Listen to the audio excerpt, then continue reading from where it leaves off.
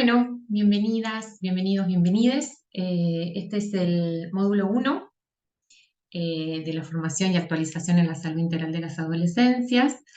Mi nombre es Luciana Gioja, soy psicóloga y estoy a cargo de la clase número 1 de este módulo.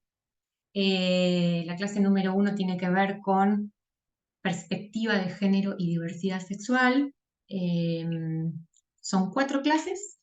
eh, que van a- a dar mis compañeros de la Dirección de Igualdad de Género y Diversidad Sexual, que es el lugar donde actualmente estamos trabajando dentro de la Subsecretaría de Salud. La propuesta es que esto sea un breve recorrido conceptual. Hay muchísima bibliografía al respecto y esto no deja de ser un recorte. Y de alguna manera es poder empezar a visibilizar o seguir profundizando en cómo el género actúa como un determinante social, ¿sí? Visibilizar cómo el género interrelacionado, interseccionado con otras categorías sociales, como podemos pensar en este caso las adolescencias, eh, y asociado a algunas problemáticas que nos pueden traer las adolescencias en los territorios, pensar algunas estrategias y prácticas asertivas, ¿no? Ya sabemos que no es lo mismo lo que se espera de los varones que de las mujeres, eh, solo por nombrar un ejemplo en relación al consumo, ¿no? Y las representaciones sociales en relación a aceptar el riesgo o a las actividades a lo que implica el cuidado, ¿no? Uno más asociado a la virilidad y a los varones y, ¿no?, todo lo que tiene que ver con el cuidado asociado a las mujeres. Entonces, poder visibilizar eso y cómo se pone ahí en juego, tal vez nos pueda permitir pensar en prácticas y en estrategias eh, asertivas en los territorios. Bien, la perspectiva de género y diversidad sexual al día de hoy ya es un enfoque, es una mirada distinta que nos va a servir para revisar nuestras prácticas, nuestros sentires y nuestros pensares. Y es un enfoque que va de la mano de los derechos humanos, ¿sí? No podemos pensar la perspectiva de género y de diversidad sexual sin pensar en la garantía de derechos humanos, en este caso en el campo de la salud. Bien, metiéndonos un poco en lo que les decía hace un ratito en relación con este breve recorrido conceptual, ahí aparece una pregunta y es de qué hablamos cuando hablamos de género, ¿no? Y me interesaba compartirles que antes de que la palabra género entrara en el vocabulario de las ciencias sociales y los movimientos de mujeres, ya en la década del 30 del siglo pasado hubo una antropóloga, Margaret Mead, que a partir de la observación de costumbres y organizaciones de pueblos lejanos, que no son de Occidente claramente, plantea que los roles de las mujeres y los roles de los varones están dados por la cultura y no por la naturaleza, ¿sí? Ella vio cómo lo que es femenino para Occidente, ¿no?, por ejemplo, criar a las niñeces, no es necesariamente una tarea femenina en esos pueblos. Y eh, los atributos de la masculinidad que están asociados en nuestras sociedades, como por ejemplo la fuerza o la lucha, pueden ser vistos y valorados en mujeres de otros pueblos. Entonces, algo de lo que nos trae ya esta antropóloga en el 35 fue que es la cultura, ¿sí?, lo que nos ordena la diferencia sexual entre las personas, ¿no? Y esto es un poco la idea que nos trae, una de las grandes ideas que nos traen los feminismos, y es eh, desandar un poco lo que se hace muchas veces pasar por natural, por universal. Bien, específicamente el concepto de género entra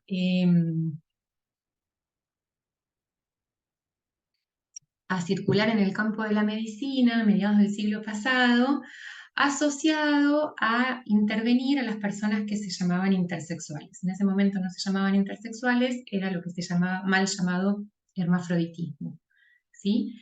Había cierta preocupación por corregir estos cuerpos sexualmente ambiguos, ¿sí? Las personas intersexuales son aquellas personas cuyos cuerpos, o sea, cuyos cromosomas o órganos reproductivos no se encuentran anatómicamente dentro de los patrones sexuales que constituyen el sistema binario varón-mujer, ¿sí? Y en ese momento estaba asociado a corregir, ¿no? Comillas, estos cuerpos para adecuarlos a los únicos sexos legítimos en ese entonces, que era ser varón o ser mujer.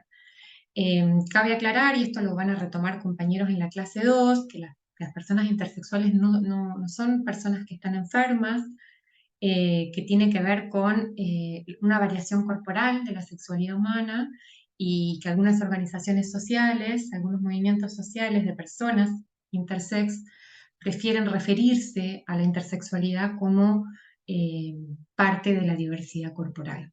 En ese momento, a mitad del siglo XX, entra ahí el concepto de género en el campo de la medicina asociado con esto. Hoy en día me parece que es algo a tener en cuenta también porque cada vez aparecen más en los territorios las personas intersexuales, que la frecuencia es 1 de cada 100. Más en la década del 70 aparece el concepto de género asociado a la teoría y a la práctica feminista, y a mí me interesaba traerles uno de los muchísimos conceptos y visiones en relación al género, que lo trae una historiadora, que es Joanna Scott, que nos dice que el género es una categoría de análisis, ¿sí? Entonces, el género como categoría de análisis nos va a permitir entender el procesamiento cultural, social y político de la diferencia sexual, ¿sí? Esto que les decía, el género asociado a normas y valores culturales que nos enseñan cómo debemos ser las mujeres, cómo debemos ser los varones, qué capacidades se nos van a asociar y qué atributos se nos van a asociar en función de si somos varones o mujeres, ¿sí? Cómo se fue configurando y definiendo las relaciones de poder entre los géneros, cómo se fueron distribuyendo los roles, los trabajos y los modos de ser en nuestra sociedad entre varones y mujeres. Entonces, el concepto de género alude a las relaciones de poder entre las personas. Retomo, el género entonces, como una construcción social y cultural que se organiza a partir de esta diferencia sexual con la que venimos al mundo, ¿sí? Cabe mencionar que en función de los cuerpos que traemos al mundo, digamos, venimos con un cuerpo, venimos con cromosomas, venimos con genitales, pero esa diferencia sexual que traemos los seres humanos no es en sí una desigualdad. Es transformada en desigualdad a partir de la intervención de la cultura. Entonces, al día de hoy, y pese a muchísimos avances que han habido, y también de retroceso, porque vale decir que en temáticas como estas hay avances y retrocesos, las mujeres y las personas de la diversidad hoy en día todavía quedamos en situación de desventaja respecto de nuestros pares varones, ¿sí? Entonces, el género, les decía, es esta forma cultural, social, que nos va enseñando a partir de los diferentes lugares donde nosotros los seres humanos vamos socializando. Ahora más tarde vamos a ver qué es esto. Nos van enseñando cómo debemos ser, ¿sí? Cómo debemos no ser, qué debemos sentir, qué no debemos sentir en función de si somos varones o mujeres, ¿sí?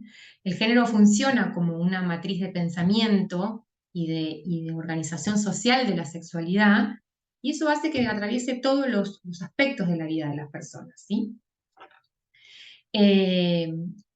Dentro de los feminismos fue necesario hacer una diferenciación entre este concepto de género, diferenciarlo del concepto del sexo, de alguna manera para decir que el género no tiene que ver con la genitalidad, ¿sí? Que el género tiene que ver con prácticas, con roles, con mandatos que se establecen culturalmente para cada uno de los sexos, ¿sí? Esta famosa frase de una feminista muy conocida que es: no se nace mujer, se llega a serlo, digamos. Es la cultura la que va a intervenir ahí a partir de la atribución de roles, de capacidades, de atributos, ¿sí?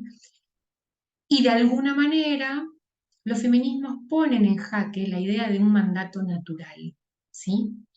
Porque a partir de este mandato natural, de un determinismo biologicista, se siguen y se ha legitimado y se ha justificado muchas veces desigualdades, discriminaciones y violencia. De alguna manera es romper con esa idea de lo natural, que decía hace un rato, y poder pensar la construcción social que hay atrás de los comportamientos que tenemos los seres humanos en función del género que tenemos, ¿sí? Hay una idea que sigue circulando con mucha fuerza de que las mujeres estamos naturalmente predispuestas para hacer las tareas del hogar o las tareas de cuidado, y eso no lo traemos en los genes, ¿no? Entonces, de alguna manera, los feminismos a través de la categoría de género diferencian la socialización cultural de un criterio natural. Yendo un poco más sobre el concepto de género, aparecen con el transcurrir del tiempo y con el transcurrir de nuevas tensiones eh, una crisis en relación a esto que se había planteado dentro de los feminismos, que el género tenía que ver con la cultura y la naturaleza con el sexo, que nos traen las personas de la diversidad, las personas travesti, los varones trans, eh, las mujeres trans, que ponen en jaque de vuelta la relación directa que hay entre sexo y género, y advierte la necesidad de comenzar a pensar en términos de identidad y expresión de género, ¿sí? Nos traen esta idea de que no todas las personas que nacen con pene van a ser varones, ni todas las mujeres que nacen con vaginas van a ser mujeres, ¿sí? Entonces ahí aparece algo que van a retomar mis compañeros en la clase 2, que tiene que ver con la identidad de género, que es un concepto distinto al género. El género es un concepto que lo vamos a poder relacionar con las relaciones de poder, ¿sí? Con la desigualdad que eso genera a nivel estructural en nuestras sociedades. La identidad de género entonces va a ser un concepto a reivindicar, ¿sí? Y los movimientos de la diversidad nos traen ahí que las instituciones familiares y las instituciones sanitarias no vamos a determinar la identidad de género de una persona, ¿sí? Hasta tanto la persona pueda manifestar cómo se autopercibe, quién desea ser y cómo expresar su identidad. Entonces, vamos construyendo nuestra identidad de género y las formas de expresarla a partir del modo en que nos autopercibimos y no a partir de la genitalidad que presentan nuestros cuerpos cuando nacemos.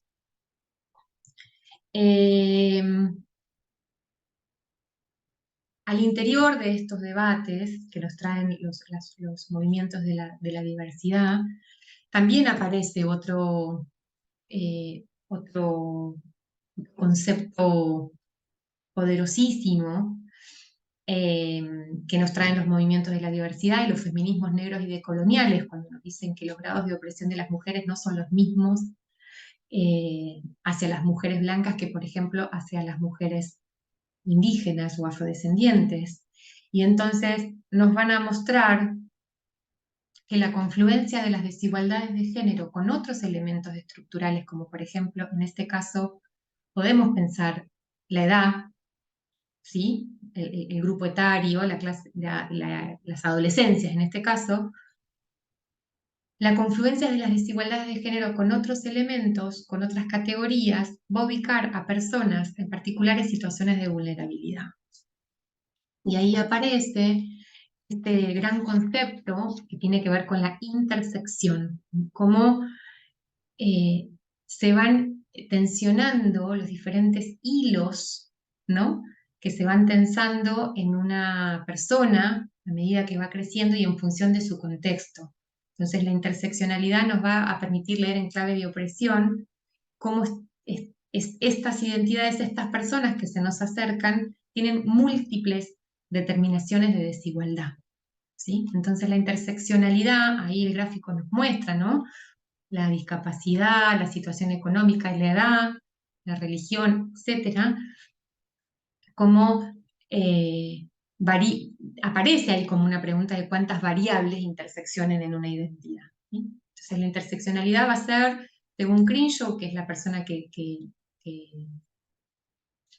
nos muestra este concepto, como el fenómeno por el cual cada persona, cada individuo sufre opresión u ostenta privilegio en base a su pertenencia a múltiples categorías sociales. Digo porque este concepto de entrecruzamiento, de interseccionalidad, en los territorios sirve muchísimo para pensar prácticas asertivas y estrategias sobre qué escuchamos cuando una persona viene a consultarnos, porque no da lo mismo que una persona viva en la ruralidad a que viva en la ciudad. No da lo mismo que esa persona sea de clase media que de una clase popular. No da lo mismo que sea, bueno, ustedes lo saben mejor que yo, digo, que sea una adolescencia a que sea una persona adulta, su religiosidad. Digo, este concepto nos permite pensar todas esas categorías sociales a la que está expuesta, que la dejan más vulnerable a una persona, a personas que a otras. Bien, entonces, la noción de género, trayendo